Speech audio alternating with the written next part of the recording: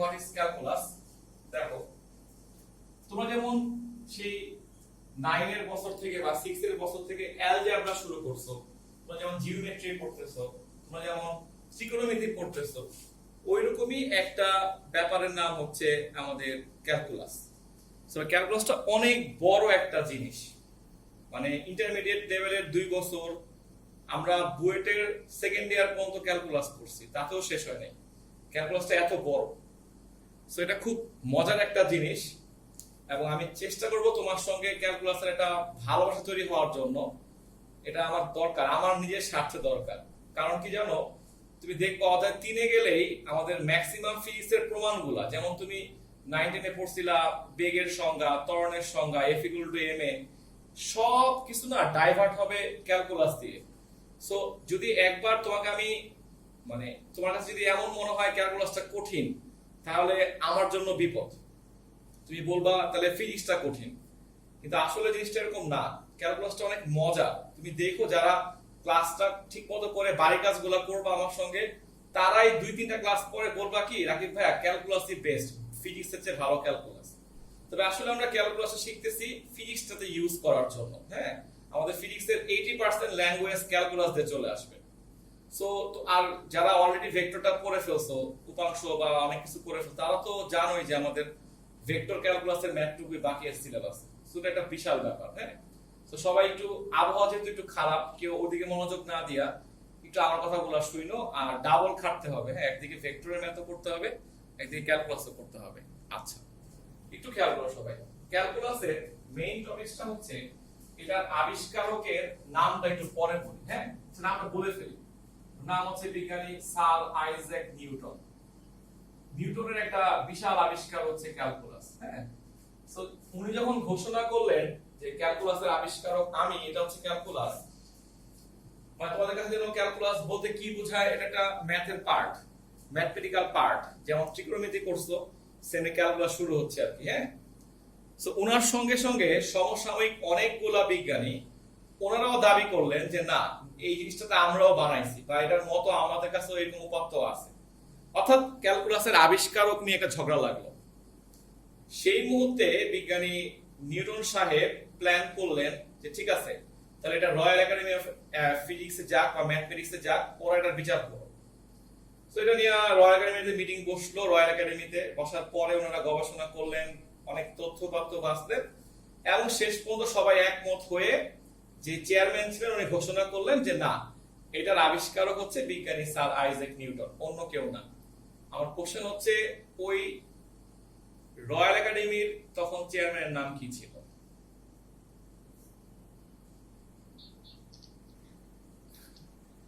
Exactly, তখন ওটা chairman ছিল আইজ্যাক নিউটন।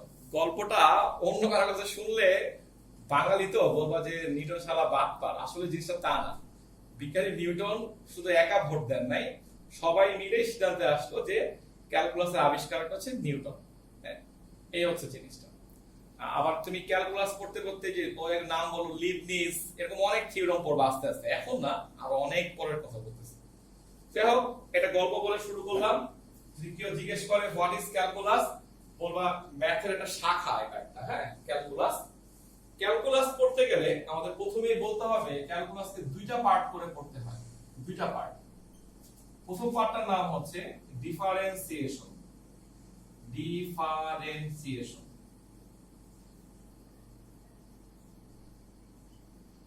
এটাকে আমরা বাংলায় বলি ব্যবকলন।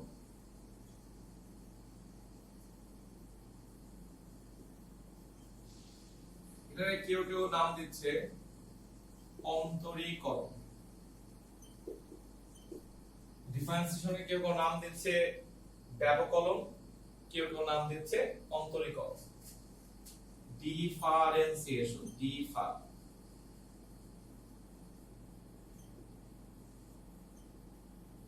this one, হ্যাঁ, ডিফারেন্সিয়েশন। ঠিক একই ভাবে এটার নাম হচ্ছে ইন্টিগ্রেশন। সেকেন্ড পার্টটার নাম হচ্ছে ইন্টিগ্রেশন।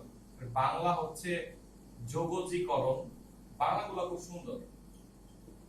যোগজীকরণ, কেউ কেউ নাম দিচ্ছে সমাকলন,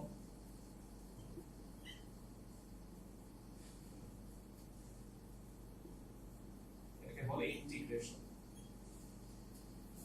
আমি কথাটা ক্লিয়ার করে দিই, তোমরা অনেকেই ফিজিক্স বইয়ে এটা সূত্র পাবা, এটা সূত্র পাবা, তবে আমি ভেক্টর পড়ানোর সময় চ্যাপ্টার 2 পড়ানোর সময় শুধু এই পার্টটুকু নিয়ে আলোচনা করব। চ্যাপ্টার 3 তে স্টার্টিং এ আমরা এটা নিয়ে আলোচনা করব, এটা এখন লাগবে না আমাদের। এই পার্টটা 3 তে গেলে আমাদের লাগবে চ্যাপ্টার 3। চ্যাপ্টার 2 এ আমাদের এই পার্টটা লাগবে। অনেকগুলো বই দেখবা সূত্রগুলো পাশাপাশি তুলে দিছে, সো ওটা নিয়ে কেউ কোশ্চেনও করো না, কিছুই করো না, কারণ আমরা এটা করব সামনে, এটা এখন লাগবে না। শুধু শুধু এত বাড়তি পড়াশোনা লাভ নাই যদি প্রয়োগ না থাকে। আমরা এটা শেষ করে আমরা চলে যাব হচ্ছে তোমার ভেক্টর ক্যালকুলাস। আচ্ছা, সো এই নামগুলা নিয়ে কাগজ বলা থাকলে বলতে পারো, নামগুলা একটু আস্তে আস্তে ইউজুয়াল হইতে হবে। হ্যাঁ, ডিফারেন্সিয়েশন, এই যে বাংলা বলছি ইংলিশ বলছি, ডিফারেন্সিয়েশনের বাংলা হচ্ছে ব্যবকলন, বাংলা হচ্ছে অন্তরীকরণ। আমি তো এটার অর্থই বলি না এখনো, মানে এটার অর্থ যা হবে তাই হবে এটার অর্থ, তাই না? ইন্টিগ্রেশন। দেখো বাংলা নামগুলা কি বিচ্ছিরি করে রাখছে, নামগুলা শুনলে পড়তে ইচ্ছা করে না। ব্যবকলন কেমন একটা গুরু গুরু ভাব আছে আমার মনে হয়, ঠিক আছে? যাই হোক, তাও আমরা এটা পড়বো। আচ্ছা, আমি তো ডিফারেন্সিয়েশনের মানে এখনো বলিনি, এটা বলি তারপরে তোমাকে বলছি। আগে প্ল্যানটা বলে নিলাম আর কি। হ্যাঁ, যে আমরা ইন্টিগ্রেশন পার্টটা পড়বো হচ্ছে অধ্যায় 3 এ গেলে, তখন আমাদের লাগবে ডিফারেন্সিয়েশনও লাগবে, কিন্তু ইন্টিগ্রেশনের ব্যবহারটা অধ্যায় 2 এ নাই আসলে। তাহলে বোর্ডটা আমি মুছলাম। হ্যাঁ, এটা মুছে ফেলি, এটা আমাদের আলোচনা করার বিষয় না, ঠিক আছে? তাহলে তোমাদেরকে যতই আমি বলি প্রশ্ন করো না, প্রশ্ন করো, তাহলে তোমরা প্রশ্ন করবাই। আমি একটু ইনিশিয়াল কথাবার্তা বলে নেই, না তোমাদের মন খারাপ লাগবে যে এত এটা কি পড়তেছি। জিনিসটা হচ্ছে অবশ্যই তোমাদের মাথায় আসবে যে ভাইয়া এটা কি করতেছি, ক্যালকুলাসের কাজ কি, ব্যবহার কি, আমার মাথায় আসতো এগুলা। তোমরা তো অনেকেই ম্যাট্রিক্স নির্ণয় করে ফেলছো না। আমি একটা প্রশ্ন জিজ্ঞেস করি, দেখো পারো কিনা। ম্যাট্রিক্সের ব্যবহার কি?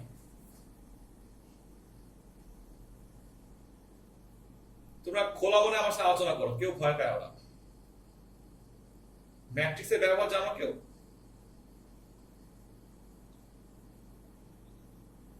কি প্রোগ্রামিং এ লাগে? কি প্রোগ্রামিং করছিস ম্যাট্রিক্স দিয়া? আন্দাজ করলাম। আচ্ছা আচ্ছা, আন্দাজ গুলো তো লাভ নাই। আর নির্ণয় কি রকম সাজাতে, মানে ব্যবহারটা কোথায় হয়, মানে সাজাতে বলতে কি লাগে, উপাত্ত বলতে কি বুঝি নাই আমি। ইকুয়েশন মানে সলভ করতে নাকি? ক্ষেত্রফল নির্ণয় করা যায় ম্যাট্রিক্স দিয়া?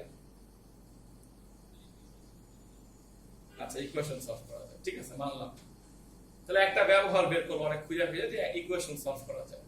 ইকুয়েশন সলভ করতে তো আমাদের নরমাল অঙ্ক দিয়ে করতে পারি। x + y = 5, x - y = 6 solve করা যাবে না? ম্যাট্রিক্স লাগবে অ্যাকচুয়ালি।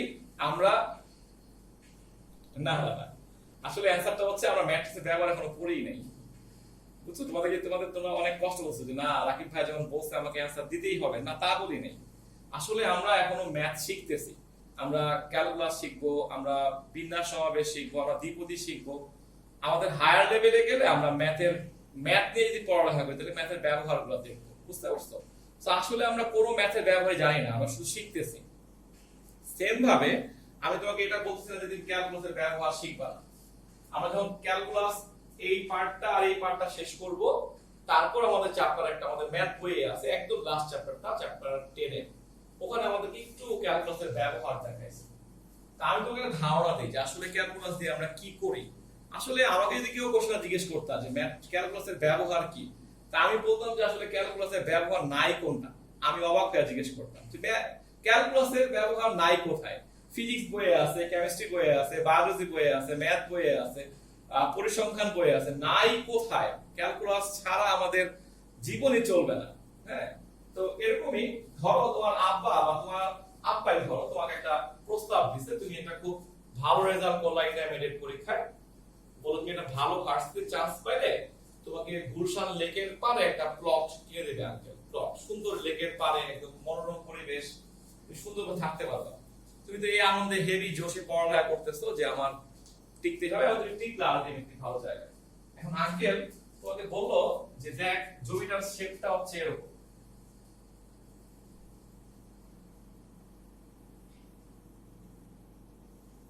জমিটা এরকম শেপের, এগুলাকে আমরা ইংলিশে বলি বা ম্যাথের ভাষায় বলি ইররেগুলার শেপ, অনিয়মিত আকৃতি। ভয় পাও না, কিন্তু আমি কিন্তু তোমাকে এগুলা করতে বলতেছি না, জানাচ্ছি শুধু। তাহলে নিয়মিত আকৃতি কোনগুলা, রেগুলার শেপ কোনগুলা, যেমন ধরো ত্রিভুজ, চতুর্ভুজ, সামান্তরিক, বৃত্ত, গোলক, এদের আমি সূত্র জানি, কিন্তু এই যে একটা অদ্ভুত জিনিস আঁকছি, এটার ক্ষেত্রফল আমার বের করা আমার পক্ষে সম্ভবই না। আবার তোমার তোমার শরীরের মধ্যেই আছে, তোমার যে নাকটা, এই নাকটা আমরা অনেক গর্ব করি যে আমার নাক সুন্দর, তোমার নাক সুন্দর, ওর নাক বোচা, ওর নাক চিকন। একবার ভাবো তো, জ্যামিতিক ভাবে নাকের মতো বিচ্ছিরি শেপ কি আর হয়? তুমি যদি বলি তোমার নাকের ক্ষেত্রফলটা বের করো, তুমি বের করতে পারবা? অবশ্যই পারবা না। তুমি বলবে এটা কিভাবে সম্ভব? কালকের ক্লাসে একজন আমাকে অ্যানসার দিছে ওর নাক নাকি ত্রিভুজ আকৃতির। সেটা আমি একটু ভয় পাইছি, এটা কি সম্ভব ত্রিভুজ আকৃতির নাক? এই আমার নাকটা তুমি দেখো, এই এটাতে একটা কার্ভ আছে, এখানে একটা কার্ভ, এখানে আবার একটু ফোলা আছে, এখানে একটু ডেপথ আছে, আবার ছিদ্র আছে এখানে, এটা একটু সরু হয়েছে, ধীরে ধীরে মোটা হয়েছে, এটা মোটো ত্রিকোণ আকৃতির না। সো আমরা যদি জিজ্ঞেস করি তোমার নাকটা কি শেপের, আমি বলবো নাকটা হচ্ছে একটা অনিয়মিত আকৃতি, ইরেগুলার শেপ। আমাদের বোতলটার দিকে চিন্তা করে দেখো, কি একটা অদ্ভুত শেপের বোতল। দেখো এটা কোনো শেপ হয়েছে, এদিক দিয়ে চিকন হয়েছে, এদিক দিয়ে মোটা হয়েছে, আবার এদিকে গোল, এদিকে আবার কার্ভ হয়েছে। হ্যাঁ, এগুলো হচ্ছে অনিয়মিত আকৃতি। পৃথিবীর যে কোনো অনিয়মিত আকৃতির ক্ষেত্রফল বের করার জন্য আমরা ক্যালকুলাস ব্যবহার করি। এটা হচ্ছে একটা খুব গুরুত্বপূর্ণ ব্যবহার। অনিয়মিত আকৃতি পৃথিবীর সবই। চামচ, তুমি যখন ইঞ্জিনিয়ারিং পড়বা তোমাকে চামচ বানানো শিখতে হবে, পাখা, ফ্যানের ডিজাইন করতে হবে। তখন তুমি আসলে তোমার বাসায় দেখো তোমার ফ্যানের পাখাগুলো আসলে কেমন শেপের, এখন টাকা দেখো তো। কেউ বলবা যে ভাইয়া সুন্দর শেপের, সুন্দর জিজ্ঞেস করি নেই, শেপটা কেমন ভাবো, এটা ক্ষেত্রফল মাপবা কিভাবে, ভয়ঙ্কর কষ্টের কাজ। তার জন্য আমাদেরকে ধীরে ধীরে ক্যালকুলাস শিখতে হবে। জন্যই বললাম ক্যালকুলাস শিখা শেষ হওয়ার পরে আমাদের বইয়ে কিছুটা আছে, একটুখানি আছে, পড়ার জীবন আরো বেশি পাবা।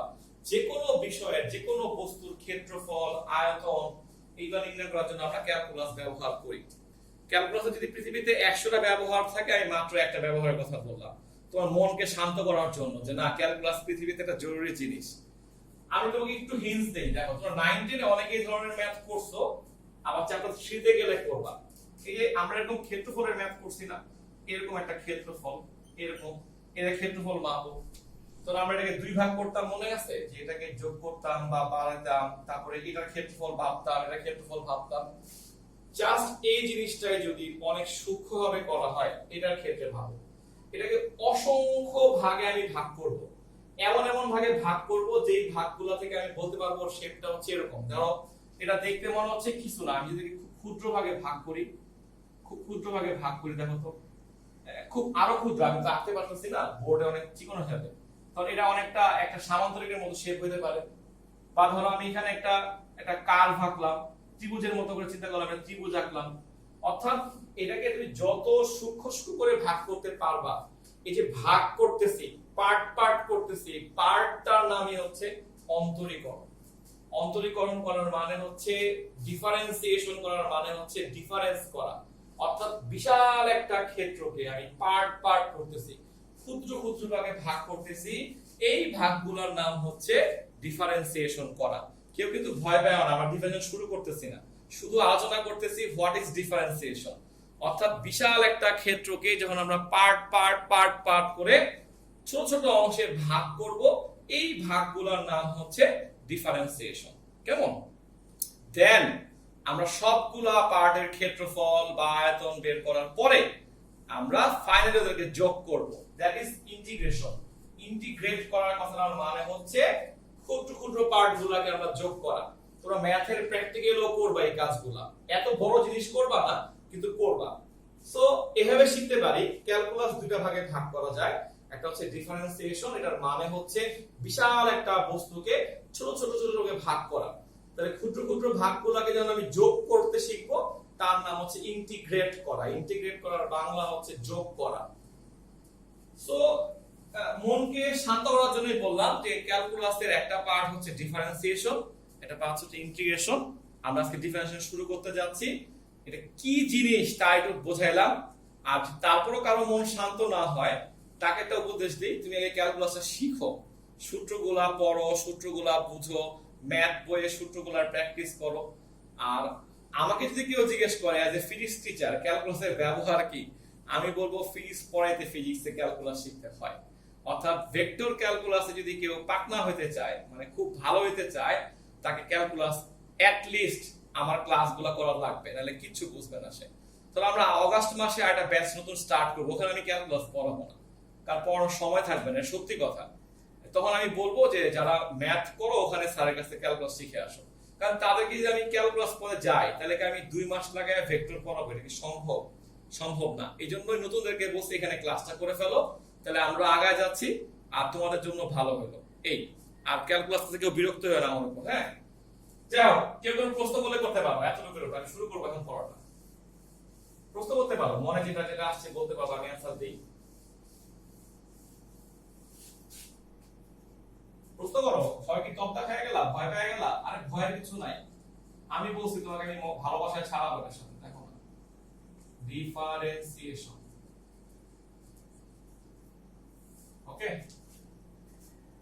আচ্ছা কেউ যদি অ্যান্সার না দাও তাহলে আমি প্রশ্ন করি, শোনো, ঠান্ডা মাথায় শোনো। হ্যাঁ দেখো, আমি যদি এখানে একটা শব্দ লিখি 3 + 7, মানে তোমার সামনে একটা ম্যাথ দিলাম, আমি কোনো কথাই বলি নাই, কিচ্ছু বলি নাই, শুধু এটা লিখে দিছি, একটা ব্ল্যাঙ্ক দিছি। কেউ কি বলতে পারবে এখানে কত হবে?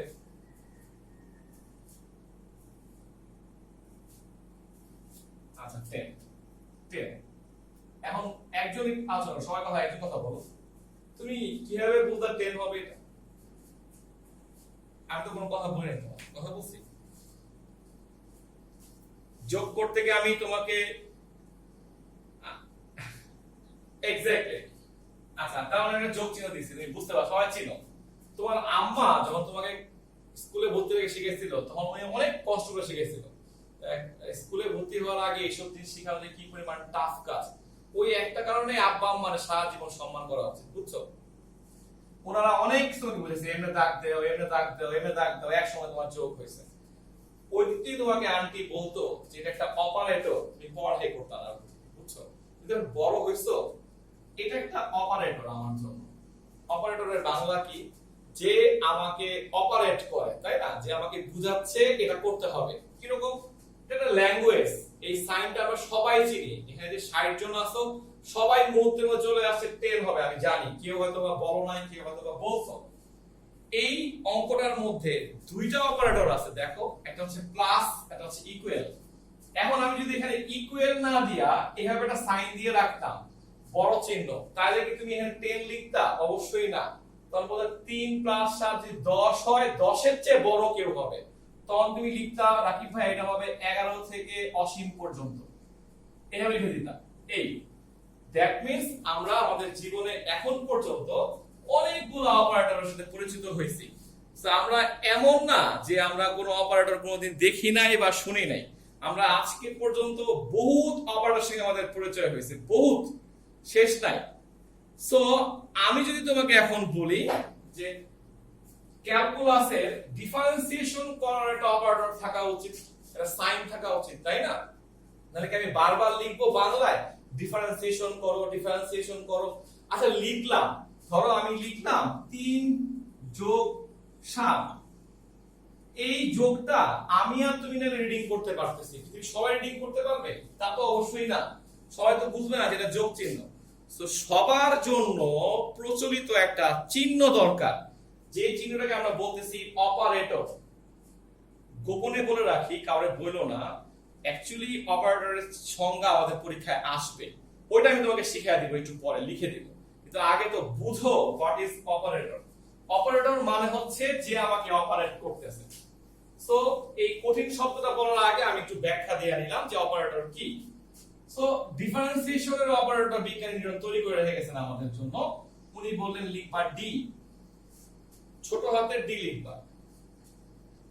আমি না বললেও সবাই ভাবতেছে একটা ভাগ চিহ্ন দিছি, আসলে এটা ভাগ চিহ্ন না, লিখবা dx। অর্থাৎ এইটা হচ্ছে একটা অপারেটর d dx। উচ্চারণটা করবা ডি ডিএক্স, কেউ ভুলেও বলবা না ডি বাই ডিএক্স। অর্থাৎ আমি বলতে চাচ্ছি এটা কোনো ভাগ চিহ্ন না, এটা একটা অনুপাত, তাও না, এটা একটা চিহ্ন। এই পুরোটা একটা চিহ্ন, পুরোটা একটা সাইন। শুধু ডি এর কোনো মিনিং নাই, শুধু ডিএক্স এর কোনো মিনিং নাই। অর্থাৎ তোমাদেরকে যখন 9 10 এ পড়ানো হয়েছিল সাইন কস, স্যাররা অবশ্যই বলছে শুধু সাইনের কোনো মিনিং হয় না, সাইন পাই বাই 4 এর একটা মিনিং আছে, রাইট? সেম ভাবে আমি বলতে চাচ্ছি যে শুধু ডি এর কোনো মিনিং নাই, ডিএক্স এর কোনো মিনিং নাই। যদি কখনো আমরা কারো সামনে লিখি ডিডিএক্স, এইটার একটা মিনিং আছে। সেটা কি দেখো, আমরা তোমাকে একদম বাচ্চাদের মতো করে পড়াচ্ছি, তুমি খেয়াল করো, তুমি না বুঝলে জিজ্ঞেস করে ফেলো। প্রথম ডিটার মানে হচ্ছে ডিফারেন্সিয়েশন করো, ডিফারেন্সিয়েশন করো, ডিটা বলতেছে ডিফারেন্সিয়েশন করো।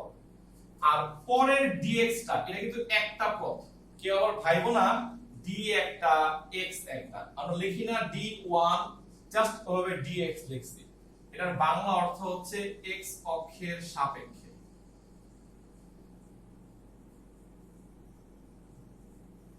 অবশ্যই আমি ব্যাখ্যা দিব এটা বলতে কি বোঝাচ্ছে আসতেছে। কখনো দেখবা এখানে একটা পদ লেখা আছে, ধরে এভাবে লেখা আছে পদ, এভাবে লেখা আছে।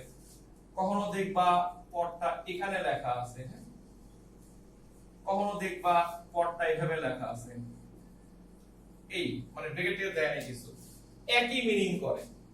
এটা হচ্ছে অপারেটর, এটা হচ্ছে ফাংশন। অর্থাৎ আমি যদি রিডিং করি তাহলে দাঁড়াচ্ছে ডিফারেন্সিয়েশন করো x এর সাপেক্ষে x to the power n কে। সব সময় যেটা থাকবে তা না, ফাংশন চেঞ্জ হতেই পারে। আমি আবার বলি, ডিফারেন্সিয়েশন করো x এর সাপেক্ষে x to the power n কে। তোমাদের যাদের একটু মনে রাখতে কষ্ট হয় তারা একটু লিখে ফেলো কষ্ট করে, হ্যাঁ, যে ভাইয়া বলছে প্রথম ডিটা হচ্ছে ডিফারেন্সিয়েশন করো, পরের ডিএক্স টা হচ্ছে x অক্ষের সাপেক্ষে, আর তারপরে যা থাকবে তাকে আমরা ডিফারেন্সিয়েশন করব। অর্থাৎ ডিফারেন্সিয়েশন করো x এর সাপেক্ষে x to the power n K. So এইখানে আমি একটু স্টপ যাই, তোমরা একটু কথা বলতে পারো আমার সাথে চাইলে। দেখো সবার প্রবলেমটা হচ্ছে ওই x টা নিয়ে। আচ্ছা আমি যদি তোমাকে এখন জিজ্ঞেস করি হোয়াট ইজ বেগ, আচ্ছা হোয়াট ইজ ত্বরণ, তুমি বলবা সময়ের সাপেক্ষে বেগের পরিবর্তনের হার। এই আমরা ধরুন লিখবো ডি ডিটি, কার সাপেক্ষে? সময়ের সাপেক্ষে। কার পরিবর্তনের হার? বেগের পরিবর্তনের হার। তার মানে ডিফারেন্সিয়েশন দিয়ে আসলে বোঝানো হয় পরিবর্তনশীলতা। লিখে ফেলো কষ্ট করে, যে ডিফারেন্সিয়েশন দ্বারা বোঝানো হয় কোন জিনিসের পরিবর্তনশীলতা, অর্থাৎ যে পরিবর্তনশীল তাকেই ডিফারেন্সিয়েশন করা যাবে। আর যাদের মাথায় ঘুরতেছে এক্সটা নিয়ে, আসলে এক্সটা কিছুই না, একটা ভ্যারিয়েবল, একটা চলক ধরে নিছি ভাইয়া, যে কার সাপেক্ষে সূত্রগুলো আমরা পড়বো। এখন যদি আমি একটা সূত্র পড়াই এক্স দিয়া, একটা পড়াই ওয়াই দিয়া, তোমারই প্যাচ লাগবে। তো আমরা প্রথমে সবগুলো সূত্র এক্স দিয়ে পড়ে নিব, তারপরে আমরা 1 মিনিট বললেই বুঝতে পারবো যে ওয়াই হইলে কি চেঞ্জ হবে, জেড হইলে কি হবে, যে কোনো কিছু হতে পারে, এক্স ওয়াই জেড টি। হ্যাঁ, আমাদের সংখ্যাগুলো দেখো কার সাপেক্ষে। তুমি আমার বেগ মাপতেছো তো টাইমের সাপেক্ষে, তাই না? যে 5 সেকেন্ড পরে আমার বেগ কত, 10 সেকেন্ড পরে আমার বেগ কত, ওই ডিটি আসবে এখানে। সময়ের সাপেক্ষে বেগের পরিবর্তনের হারকে ত্বরণ বলে। তো ওইরকমই একটা ভ্যারিয়েবল ধরে নিছি ভাইয়া এক্স। এক্সটার জায়গায় আমরা নেক্সট ক্লাসে ওয়াই বসাবো, জেড বসাবো, টি বসাবো, কোনো সমস্যা নাই। ঠিক আছে? জি স্যার।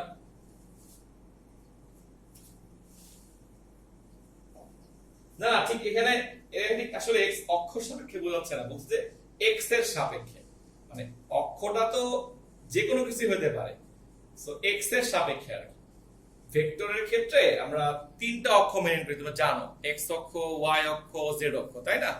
ওইজন্য বলছি যে এক্স এর সাপেক্ষে বলতে এক্স অক্ষের সাপেক্ষে।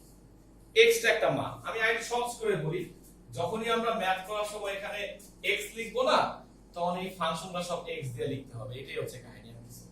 ওয়াই দিয়ে লিখলে ওয়াই দিয়ে লিখতে হবে, একটা আননোন মান আনি যেটা আমরা জানি না। হ্যাঁ এক্স্যাক্টলি।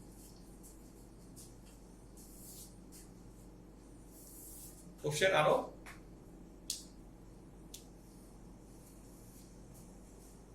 নাই না? আচ্ছা ঠিক আছে, চল আমরা ম্যাথ স্টার্ট করি আস্তে আস্তে, সূত্র পড়ি আগে। হ্যাঁ বলো।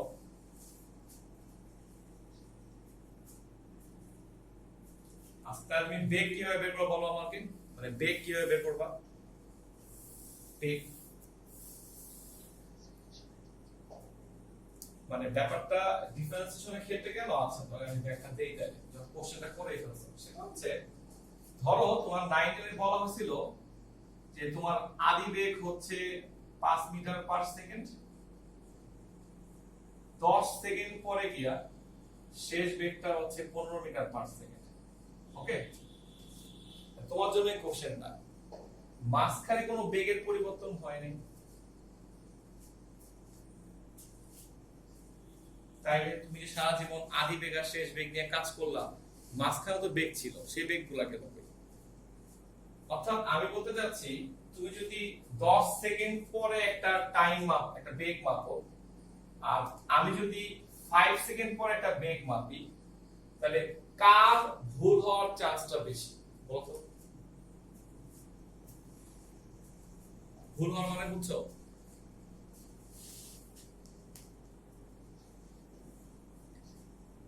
কেন 5 সেকেন্ড করে ভুল হওয়ার মানটা কেন বেশি হবে? তোমার ভুল বেশি হবে। তুমি গ্যাপগুলো বড় বড় নিচ্ছ, তুমি 10 সেকেন্ড পর পর বেগ মাপতেছো, আর আছে 5 সেকেন্ড পর পর। সো বেগের পরিবর্তনটা আমি ভালো বুঝবো, তুমি ভালো বুঝবা বলো? এক্স্যাক্টলি। এটা থেকেই তোমার কোশ্চেন তুমি পাওয়া যাবে কয়েকদিন পরে। তুমি যে কোশ্চেনটা করছো যে কেন কারো সাপেক্ষে নিতে হবে, কারণ এক নম্বর কথাটা হচ্ছে যদি কোনো জিনিসের পরিবর্তন বুঝতে হয় তাহলে কারো সাপেক্ষেই বুঝতে হয়। চিন্তা করে দেখো, যখন আমি তোমার আম্মা তোমাকে বাসায় বকে তখন প্রায়ই বলে অমুক অমুক ভাবির ছেলে অমুক ভাবির মেয়ে। সো হয়তো তুমি ওই ভাবিরই চিনো না, কিন্তু বকা কিন্তু খাচ্ছ কন্টিনিউয়াসলি, তাই না? সো আন্টির কাছে ওই ছেলেটা বা ওই মেয়েটা হচ্ছে আদর্শ, তার সাপেক্ষে তুমি একটা খারাপ স্টুডেন্ট। আবার ওই ছেলের কাছে যাও, দেখবা ওই ছেলেকে ওর আম্মা বা আরেকটা ছেলে বা মেয়ের সাপেক্ষে বকতেছে। সো কোন জিনিসের পরিবর্তন বোঝার জন্য আমাকে কারো সাপেক্ষে চিন্তা করতে হবে, না হলে পরিবর্তনটা বুঝতে পারবো না। যেমন ধরো তোমার বয়স, একটু বড় কথা বলিস, ভয় পেও না। তোমার বয়স পরিবর্তন হচ্ছে কি হচ্ছে না? কার সাপেক্ষে হচ্ছে? পৃথিবীর সাপেক্ষে হচ্ছে। বুঝতে ব্যাপারটা? বুঝছো ব্যাপারটা কি বলতে চাইছি? সাপেক্ষ তুমি বাদতে পারবা না, কারণ সাপেক্ষেই পরিবর্তনটা হয়। ওই জন্যই আমাদেরকে একটা ভ্যারিয়েবল চিন্তা করতে হচ্ছে যে কার সাপেক্ষে পরিবর্তনটা। ওই জন্যই আমি জাস্ট আজকে এক্স দিয়ে লিখছি, সূত্রগুলো যাতে বোধগম্য হয়। পরে আমি তোমাকে বলে দিব যখন আমি ওয়াই দিয়ে লিখবো, জাস্ট ওখানে ওয়াই লিখতে হবে, জেড বললে জেড, টি বললে টি। আর শুধু তো এই চারটা না, আরো ভ্যারিয়েবল আসবে, তো তখন চেঞ্জ করে নিব। সূত্রগুলো আগে আমরা মুখস্থ করার জন্য এক্স লিখছি। আর তোমার কোশ্চেন যদি ওই লেভেলের হয় যে ডি কেন লিখছেন, ডিটি কে, তাহলে তোমাকে চ্যাপ্টার 3 পর্যন্ত ওয়েট করতে হবে, বানা দেখাও তোমাকে কেন ডি আসছে। ওকে, আমরা আগাই, চলো। ওকে, আমরা আগাই, চলো। হ্যাঁ, এখন একটু ভালো লাগবে সবার। অনেকেই চুপ করে ভয় পেয়েছে যে আল্লাহ এসব কি প্রশ্ন করে বলা এ থাকবে কয়েকজন, সমস্যা নেই, এরা সব ঠিক হয়ে যাবে আস্তে আস্তে, পড়ালেখা করতে। এক নম্বর সূত্র, হ্যাঁ, ক্যালকুলাস ডিফারেন্সিয়েশনের এক নম্বর সূত্র আমরা লিখব D dx of x to the power n। আমরা এটাকে বলি পাওয়ারের সূত্র, D dx of x to the power n। এটা পাওয়ারের সূত্র, নাথিং এলস। পাওয়ারের সূত্র মানে কোনো কিছুর পাওয়ার থাকবে। ওই যে আমি একটু গোপনে বলে রাখি, আমরা নেক্সট ক্লাসে এখানে y লিখবো, খালি এখানে y লিখবো, আর কিছু চেঞ্জ হবে না। সো পাওয়ার তো পাওয়ারই, তাই না? পাওয়ারের সূত্রটা হচ্ছে পাওয়ার নামবে, এটা সাইড বাই ডায়লগ, হ্যাঁ, পাওয়ার নামবে পাওয়ার কমবে। অর্থাৎ যদি তুমি দেখো কোন ফাংশনের সামনে ddx লেখা আছে, তুমি বুঝবা ডিফারেন্সিয়েশন করতে বলা হয়েছে কাকে? এই ফাংশনটাকে। তখন তুমি দেখবা এই ফাংশনে কি x টু দি পাওয়ার যুক্ত কিনা। তখন ইকুয়াল টু হবে পাওয়ারটা নামবে পাওয়ারটা কমবে। ঠিক আছে, এখন আমি একটা উদাহরণ দেখে আরেকটু ক্লিয়ার হবে। ধরো আমাদের পরীক্ষায় একটা অঙ্ক আসছে d dx of x to the power 4 এটা আসছে পাওয়া। তা আমি তো এটার সঙ্গে আস্তে পরিচিত হয়ে যাচ্ছি, যেটা আমার ক্যালকুলাসের ভাষা, ডিফারেন্সিয়েশন করো x এর সাপেক্ষে x to the power 4 কে। তাহলে পাওয়ারের সূত্র হলে পাওয়ারটা নেমে আসবে, x এর পাওয়ারটা হবে 4 1, দেন এটা হয়ে গেল 4x3। আমি জানি আমার এই ব্যাচের মধ্যে 4-5 জন আছে যারা ভাবতেছে রাকিব ভাই অঙ্কটা করলো ddx টা গেল কই। জানি কেউ ভাবতেছে এটা, কেউ কি ভাবছে এরকম জিনিস যে ddx। আচ্ছা আচ্ছা, আমি তোমাকে একটা অ্যানসার দিই, মানে আমার পড়াতে অভ্যাস আছে, কোশ্চেনটা আমি জানি। ধরো আমরা যদি 3 + 7 করার পর 10 লিখি, আমি তোমাকে কোনো জিজ্ঞেস করছি প্লাসটা গেল কই। আচ্ছা, প্লাসটা কি আসলে কোনো সংখ্যা, কোনো মান? ও একটা অপারেটর, ও আমাকে Bangla, English, Hindi, French, Chinese সব ভাষাদের জন্য বলে দিছে যোগ করো। সো আমরা 3 + 7 যোগ করে ফেলছি। সো এটার কাজ তো ওইটাই, তোমাকে খালি বলছে ডিফারেন্সিয়েশন করো, ওর তো কোনো কাজ হবে না। এখন তুমি যদি ডিফারেন্সিয়েশন করার পরেও আবার এখানে ddx টা লিখে রাখো, তাহলে আরেকটা অঙ্ক হয়ে গেল। তখন বলতেছি এইটাকে ডিফারেন্সিয়েশন করো। সো আমি তোমাকে প্রশ্ন করছিলাম ওকে ডিফারেন্সিয়েশন করলে অ্যানসারটা কি আসবে, ওকে ডিফারেন্সিয়েশন করলে কি অ্যানসারটা আসবে? অ্যানসারটা হচ্ছে দিস ওয়ান। এখন তুমি যদি এটার সামনে আবার ddx টা লিখে রাখো, তাহলে মিনিং করতেছে এটা আরেকটা অঙ্ক, যে এটাকে ডিফারেন্সিয়েশন করো, তাহলে এর অ্যানসার পাওয়া গেল, তাই না? সো কেউ যদি ভেবে থাকো এটা ভাইবো না, কারণ আমার তো এটার কোনো কাজ নাই, ও আমাকে একটা সংকেত দিচ্ছে কি করতে হবে। ম্যাথমেটিক্যাল অপারেটর, এটা অপারেট করতেছে রাকিব তুমি x⁴ কে ডিফারেন্সিয়েশন করো।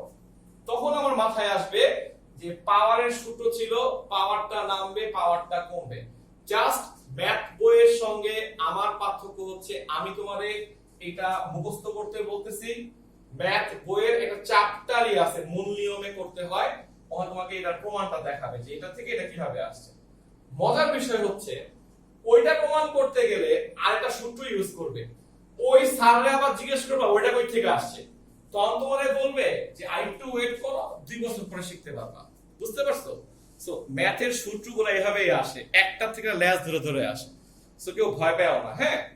তো আমি জাস্ট তোমাকে সূত্রটা স্কিপ করতেছি আর কিছু না, যে প্রমাণটা স্কিপ করতেছি, বাট এইটাই আমার সূত্রের অ্যানসার আসবে, বিশ্বাস করো আমার এটাই আসবে। হ্যাঁ, এই আর তারপর যদি কারো কোনো চুলকানি থাকে তাহলে ম্যাথ বইয়ের চ্যাপ্টার 9 বের করবা, 9 এর 2-3 চ্যাপ্টারের মধ্যে প্রমাণগুলো দেখবা যে করা আছে, তখন দেখতে পারো প্রমাণগুলো। ঠিক আছে, বাট প্রমাণ দেখতে গেলে আবার একটা সূত্র ওখানে ইউজ করছে, যেটার মানে তোমার আবার খুঁজতে হলে একটু বড় হইতে হবে। যাই হোক, ওদিকে যাচ্ছি না, তাহলে আমাদের ফিজিক্স পড়া শেষ। শুনো, এই হচ্ছে একটা অঙ্ক। হ্যাঁ, তাহলে আমরা কি শিখলাম? পাওয়ার নামবে পাওয়ার কমবে। আরেক গ্রুপ ভাবতেছে যদি আমি এটা একবারে লিখে ফেলি, তুমি তাহলে বেস্ট স্টুডেন্ট, একবার লিখে ফেলো, না করছে কে? আমি তো তোমাকে ভেঙে ভেঙে দেখাচ্ছি, যত শর্ট করতে পারবা তত বেটার। হ্যাঁ, তবে এটা লিখো অ্যাট লিস্ট, তারপর এটা লিখো। এই হচ্ছে 1 নাম্বার সূত্রটা। কেউ কি প্রশ্ন করবে নেক্সট? বলো। জি,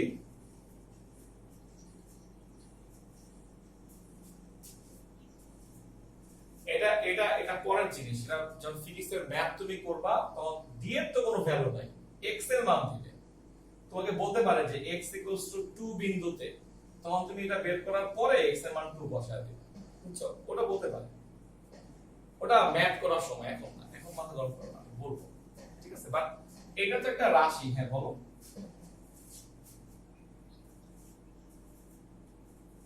হ্যাঁ, ওই সেকেন্ড সূত্রে যাচ্ছি আমি, যেটা বলতেছি এখন। এখন যদি আমি তোমাকে আরেকটা অঙ্ক দিই, ddx of 4x3, এটা কি আমি তোমাকে রং করতে বললাম। তো জানো কি না এই 4, 5 এই সংখ্যাগুলোকে বলা হয় ধ্রুবক, বা আমরা বলি ইংলিশে কনস্ট্যান্ট। এটা হচ্ছে কনস্ট্যান্ট আর এক্সটার নাম হচ্ছে ভ্যারিয়েবল, বাংলায় বলে চলক। যদি ডিফারেন্সিয়েশনের কোনো অঙ্কে কখনো এমন ভাবে অঙ্কটা পাও যে একটা কনস্ট্যান্ট পদও আছে একটা ভ্যারিয়েবল পদও আছে, তখন তোমার প্রথম কাজ হচ্ছে কনস্ট্যান্ট পদটাকে বের করে দিলাম, জাস্ট বের করে দিলাম। এই কেন বের করে দিলাম? কারণ হচ্ছে কনস্ট্যান্ট আর ডিফারেন্সিয়েশন মানেই পরিবর্তনশীলতা, বাংলা অর্থ। সো কনস্ট্যান্ট জিনিসের তো কোনো পরিবর্তনশীলতা নাই। যেটা কনস্ট্যান্ট, যেমন ছোট হাতের জি এর মান সারা জীবনই কনস্ট্যান্ট, এর তো কোনো পরিবর্তন হবে না।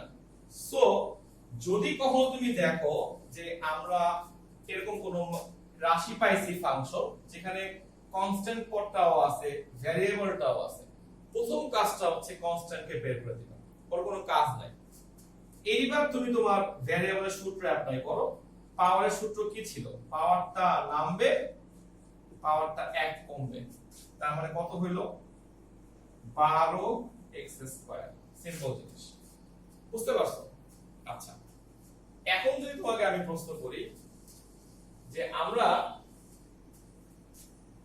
d dx অফ এটাকে ডিফারেন্সিয়েট করতে যাচ্ছি, আরেকটা অঙ্ক দিলাম পরীক্ষার জন্য, তখন তুমি দেখো একই তো কাহিনী। 12 তো কনস্ট্যান্ট, 12 কে বের করে দিলাম, d dx অফ x², কেমন? দেন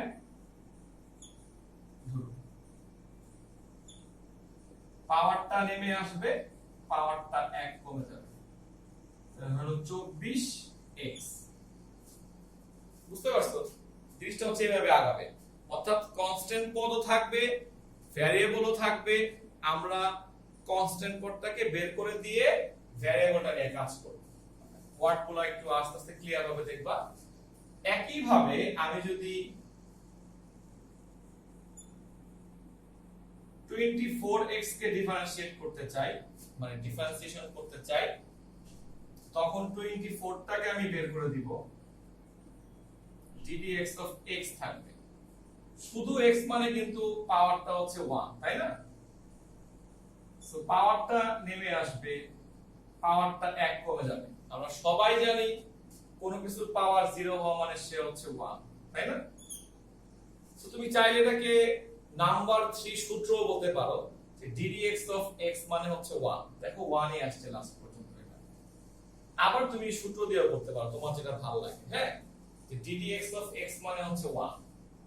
আর সেকেন্ড সূত্রটা হচ্ছে কি বললাম, যে d dx এর পরে যদি কোনো কনস্ট্যান্ট পদ থাকে উইথ ভ্যারিয়েবল, দেখো এই যে উইথ ভ্যারিয়েবল, তখন কনস্ট্যান্ট পদটাকে বের করে দিতে হয়। সেকেন্ড নিয়মটা হচ্ছে এটা। একটা হচ্ছে পাওয়ারের সূত্র শিখলাম, একটা হচ্ছে কনস্ট্যান্ট পদ সহ থাকলে কনস্ট্যান্ট পদটাকে আমরা বের করে দিব, বের করে দিয়ে আমরা ওই ভ্যারিয়েবলটা নিয়ে কাজ করব, সূত্র। আর আরেকটা নিয়ম, ওটা আমি সূত্র বলতে চাচ্ছি না, তোমাদের মন চাইলে লিখতে পারো যে d dx of x মানে হচ্ছে 1। সো এটা নরমাল জিনিস, কেমন? আচ্ছা, এবার আসো আরেকটু আগে, তারপরে তোমার প্রশ্ন একটু পরে করি, প্রশ্ন একটু পরে করি, আমি সময় দিচ্ছি। দেখো এখন যদি আমি পরীক্ষায় বলি যে এটা করি, চলো d dx of 24 only constant পদ দিলাম, তখন তুমি বলবা, আচ্ছা পরে বলো, আগে নিয়মটা ফলো করি, কনস্ট্যান্ট পদকে বের করে দেই। হয়তো কেউ কেউ ভাবতেছে কিছুই নাই, কিন্তু আমি এখানে একটা 1 দেখতেছি, রাইট? 1 মানে কি লেখা যায়? x to the power 0। Exactly, কোন কিছু পাওয়ার কিছু নাই মানে 1 আছে, 1 মানে x টু দি পাওয়ার 0। এখন তুমি যদি করো সূত্র ফালাও, সো পাওয়ারটা নেমে আসলো, পাওয়ারটা 1 কমে গেল, এর आंसर কত হবে? 24 x টু দি পাওয়ার -1 নাকি? ভেরি গুড, এর आंसर হবে 24 x টু দি পাওয়ার -1, ঠিক আছে না? 0 হবে? কেন 0 হবে? কেন 0 হবে? ও, তাহলে 0 হবে। তাহলে আমাদের 3 নম্বর সূত্র হচ্ছে d dx অফ শুধু কনস্ট্যান্ট পদ মানে 0 আসবে आंसरটা। তো আমরা এটাকে বলি, এটা হচ্ছে উইথ ভ্যারিয়েবল এটা উইদাউট ভ্যারিয়েবল, দেখো কোনো ভ্যারিয়েবল নাই, শুধু একটা কনস্ট্যান্ট পদ। সো তুমি এর পর থেকে যেখানে এরকম কিছু পাবা ddx of 24 বা ddx of 4 তুমি একবার লিখে দিবা, এটা হচ্ছে 0, এটা করার দরকারই নেই, ঠিক আছে। সো থার্ড সূত্র হচ্ছে ddx of constant equal to হচ্ছে 0। এখন প্রশ্ন করার সময়, বলো একটা ছোট্ট একটা অঙ্ক দিই, হ্যাঁ দেখো পরীক্ষা আসলো ddx of x to the power 3 plus 4x to the power minus 2 plus 3। তার মানে আমি তোমাকে ডিফারেন্সিয়ালের যোগ শিখাই ফেলতেছি, হ্যাঁ কিছুই না, একদমই ভয় পাও না। যোগ আর বিয়োগ থাকলে তুমি রাশিগুলোকে আলাদা আলাদা করে চিন্তা করবা। এটা একটা পদ plus ddx of 4x to the power minus 2 একটা পদ, হ্যাঁ প্লাস ddx of 3 একটা পদ। ওকে, তো আমরা নিয়মটা লিখে রাখতে পারি বা মনে রাখলে হবে, যোগ বিয়োগ থাকলে আমরা এটাকে পার্ট পার্ট করে ভাববো, অর্থাৎ এটা একটা পার্ট, ওইটা আরেকটা পার্ট, এটা আরেকটা পার্ট। এইবার আমি ইন্ডিভিজুয়াল সূত্র অ্যাপ্লাই করব এখানে। আমরা সবাই জানি পাওয়ারের সূত্র কি, পাওয়ার নামবে পাওয়ার কমবে, রাইট। সো 3 1 মানে 2 হবে, বুঝতেই পারতেছো। এখানে একটা কনস্ট্যান্ট আছে উইথ ভ্যারিয়েবল, সো কনস্ট্যান্ট পদটাকে বের করে দেই, এটা আর এটা হচ্ছে কনস্ট্যান্ট উইদাউট ভেরিয়েবল, শুধু কনস্ট্যান্ট। তাহলে অ্যানসার কত হওয়া উচিত? 0 হওয়া উচিত, ঠিক আছে। এটা হয়ে গেল 3x স্কয়ার 4। পাওয়ার সূত্র কি? পাওয়ার নামবে পাওয়ার কমবে, minus 8x to the power minus 3, that's it। এটাকে ডিফারেনশিয়েট করলে অ্যান্সারটা আসবে এইটা। ওকে,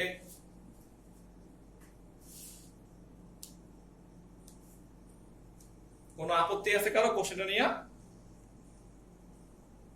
0 লিখে দিবা। দেখো তাহলে সূত্র নাম্বার 4 হচ্ছে ddx of sin x, sin x K differentiate করলে হবে cos x। এই প্রমাণ তোমার বইয়ে আছে, ম্যাথ বই করতে পারবা, হ্যাঁ এখন দরকার নেই। আর একটু পেজ কি লাগা যাচ্ছে আস্তে আস্তে, ddx of cos x করলে হচ্ছে minus sin x। So sin x কে করলে হয় cos x, cos x কে করলে হয় মাইনাস sin x, ঠিক আছে। তুলে ফেলো।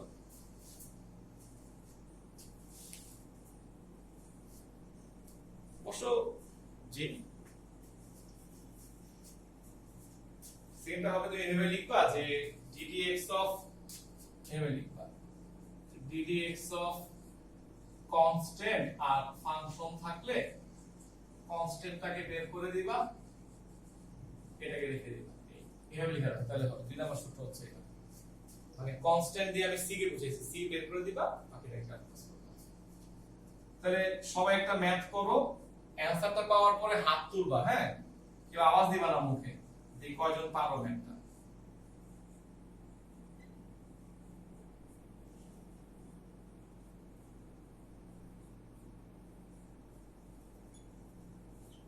স্টার্ট করো, ম্যাথটা শেষ হওয়া মাত্র হাত তুলবা, কেউ চিল্লাই দিও না কোনো জায়গায়,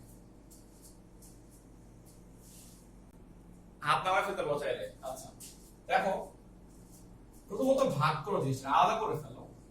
অনেকে এটা বুঝতে পারো না, এটা তো x টু দি পাওয়ার 1/3, এটা তো আর ক্যালকুলাস না, এটা ম্যাথ। যে কিউবিক রুট x মানে 1/3। So ddx of 4 sin x minus দিয়ে ddx of 3 cos x। এটা সূত্র কি হবে?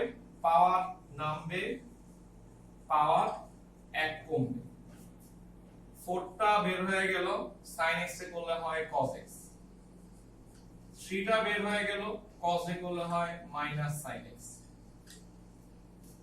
সো অ্যানসারটা হচ্ছে 1/3 x to the power -2/3 plus 4 cos x plus 3 sin x।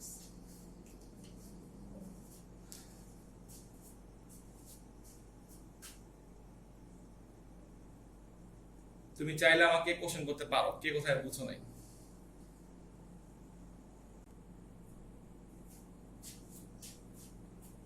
বুঝবো না? আচ্ছা ঠিক আছে, আরেকটা অঙ্ক দিয়ে দেন। আচ্ছা হ্যাঁ,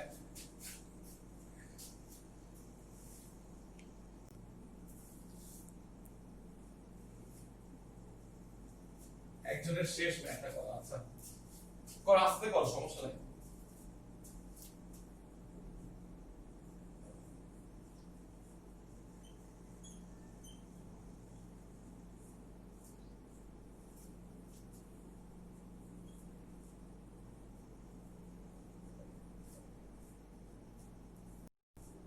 এই হ্যাঁ, এখান থেকে 3/2 বের করে দিব, sin x মানে cos x মাইনাস 2/5 বের করে দিব, x স্কয়ার মানে 2x, এটা হচ্ছে 0, তাই না? আলটিমেটলি 3/2 cos x 4/5x হলো। আজকের ক্লাসটা যা যা গ্রুপে আমি আপলোড করে দিচ্ছি ক্যালকুলাসে, আজকেই দিব আপলোড করে, হ্যাঁ সবাই আরেকবার দেখে নিও, সূত্রগুলা নোট করতে পারো, চাইলে আমি নিজে তোমাকে দেখা দিব কিভাবে নোট করতে হয়। আর নতুনদেরকে ছুটি এখন, ওরা আবার কালকে ক্লাসে জয়েন করবা, কালকে তোমাদের 11টায় ক্লাস, কালকে আমরা ইনশাআল্লাহ গুণ শুরু করতে পারবো, হ্যাঁ। আর পুরানদের জন্য একটা বাড়ি কাজ দেওয়া হয়েছিল আপেক্ষিক বেগের, আজকে যাচ্ছিলাম ধরতে, কিন্তু আজকে ধরবো না, কয়েকজন জানাইছে যে একটু সময় দেওয়ার জন্য। সো মঙ্গলবারে আমরা এই ক্লাসটা একটু আগে শেষ করে আপেক্ষিক বেগের ম্যাথ নিয়ে বসবো, সবাই একটু ম্যাথ গুলা করে রাখো, হ্যাঁ। পুরান যারা আছে তারা কথা মনে বুঝতে পারছো আশা করি কি বলতে চাইছি, হ্যাঁ। তাহলে ছুটি আজকে, হ্যাঁ বলো বলো।